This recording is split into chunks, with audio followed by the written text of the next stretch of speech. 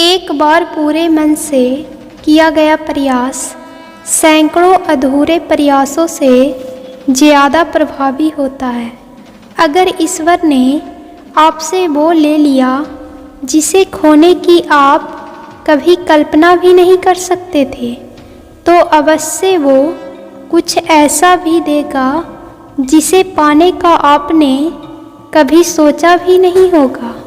हर किसी को अच्छा समझना छोड़ दो, क्योंकि अंदर से लोग वो नहीं होते जो ऊपर से दिखाई देते हैं। जिंदगी एक ऐसे इंसान से ज़रूर मिलवाती है जो हमारी अच्छी खासी जिंदगी का सत्यानाश कर देता है। यकीन हमेशा खुद पर होना चाहिए, क्योंकि यहाँ सहारे ही हमें बेसहारा बना देती है। नाम तक भूल जाते हैं लोग जब उनका आपसे काम निकल जाता है। हाथ ठंड में और दिमाग घमंड में काम नहीं करते। एक वक्त पर जाकर ये महसूस होता है कि बेहतर ही होता कि अगर हम कुछ लोगों से मिले ही ना होते। जब इश्क होने लगे तो पूजा पाठ किया करो, मोहब्बत होगी तो मिल जाएगी, और अगर बला होगी तो टल जाएगी। आजकल दिल चाहता है कि सब छोड़ दूं, किसी से बोलना, किसी की सुनना और किसी के लिए जीना भी।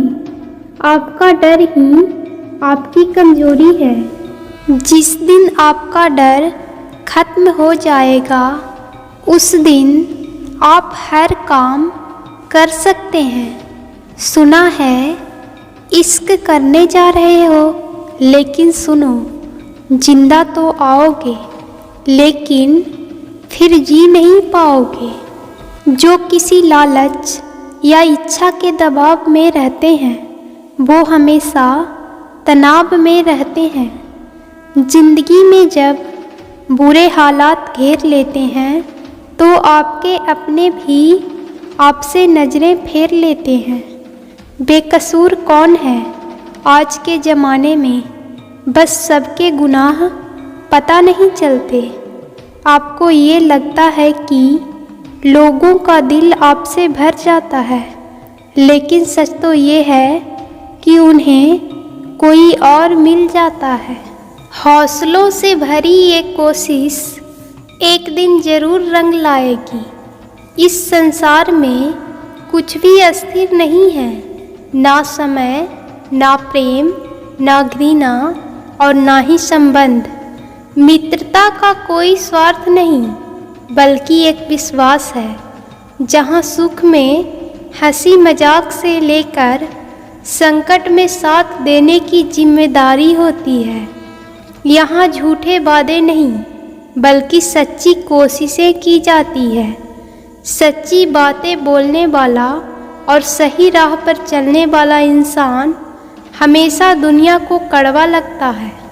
एक गांव में एक अमीर जमींदार रहता था। उसे अपने पैसों पर बड़ा घमंड था। जितने अधिक पैसे उसके पास थे उतना ही वह कंजूस भी था। अपने खेतों में काम करने वाले किसानों से वह खूब काम करवाता, मगर पगार कौड़ी भर भी ना देता।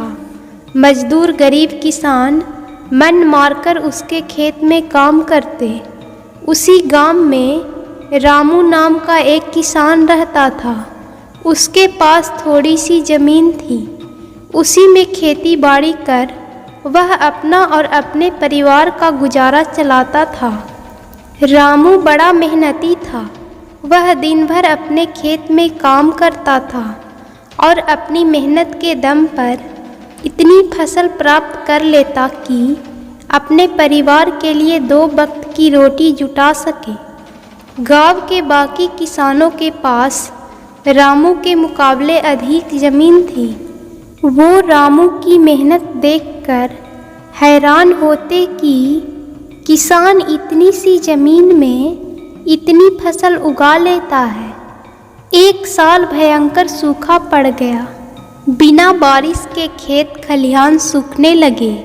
गरीब किसानों के पास सिंचाई की कोई व्यवस्था नहीं थी। वह सिंचाई के लिए बारिश पर ही निर्भर रहते थे, इसलिए उनकी सारी फसल बर्बाद हो गई। रामू के साथ भी यही हुआ। अपने छोटे से खेत से वह किसी तरह अपने परिवार का पालन पोषण कर रहा था।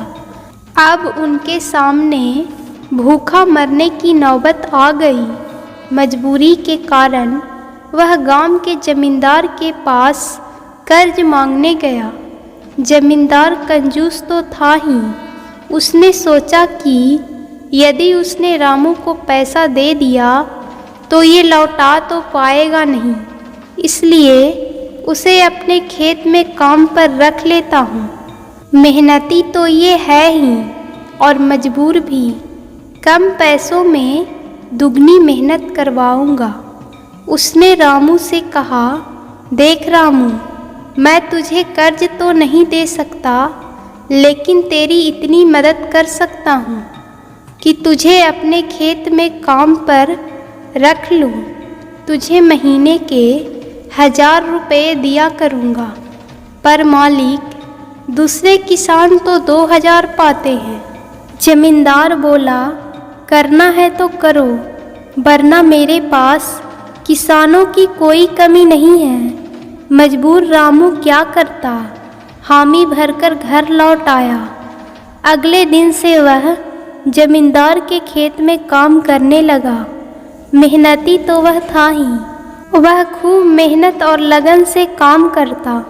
उसने 4 महीने का काम 2 महीने में ही कर दिया। यह देख जमींदार बहुत खुश हुआ, लेकिन उसके मन में मक्कारी जाग उठी। उसने सोचा कि 4 महीने का काम तो इसने 2 महीने में कर दिया, क्यों ना इसे निकाल दूं, इससे मेरे 2 महीने के पैसे बच जाएंगे। उसने रामू को बुलाया और उसके 2 महीने के पैसे देकर कहा, रामू, ये ले तेरे पैसे, कल से मत आना, अब मुझे तेरी ज़रूरत नहीं। ये सुनकर रामू परेशान हो गया। बड़ी मुश्किल से उसका घर चल रहा था। अब वह अपने परिवार का भरण पोषण कैसे करेगा। वह जमींदार के सामने गिड़गिड़ाने लगा कि उसे काम से ना निकाले, लेकिन जमींदार ने उसकी एक ना सुनी और उसे काम से निकाल दिया। रामू आंखों में आंसू लेकर लौट आया। चिंता से रात भर उसे नींद नहीं आई। सुबह उठकर उसने फैसला किया कि वह फिर से जमींदार के पास जाएगा और उससे विनती करेगा कि उसे वापस काम पर रख लें। वह जमींदार के घर के सामने जाकर बैठ गया। सुबह उठकर जब जमींदार अपने घर के बाहर निकला तो रामू को घर के सामने बैठा हुआ देखा। उसने रामू से पूछा, क्या हुआ रामू, क्यों आया है? रामू जमींदार के पैरों में गिर पड़ा और गिड़गिड़ाते हुए बोला, मुझ पर दया कीजिए मालिक, मुझे काम पर रख लीजिए, मेरा परिवार भूखा मर जाएगा। जमींदार ने उसकी एक ना सुनी और उसे धक्के मारकर वहाँ से निकाल दिया। रामू उस समय तो वहाँ से चला गया, लेकिन वह फिर सेठ के घर के सामने जाकर बैठ गया। जमींदार फिर से उसे भला बुरा बोला और भगा दिया। अब से रोज यही क्रम चलने लगा। रामू रोज जमींदार के घर के सामने जाकर बैठ जाता और जमींदार उसे भगा देता।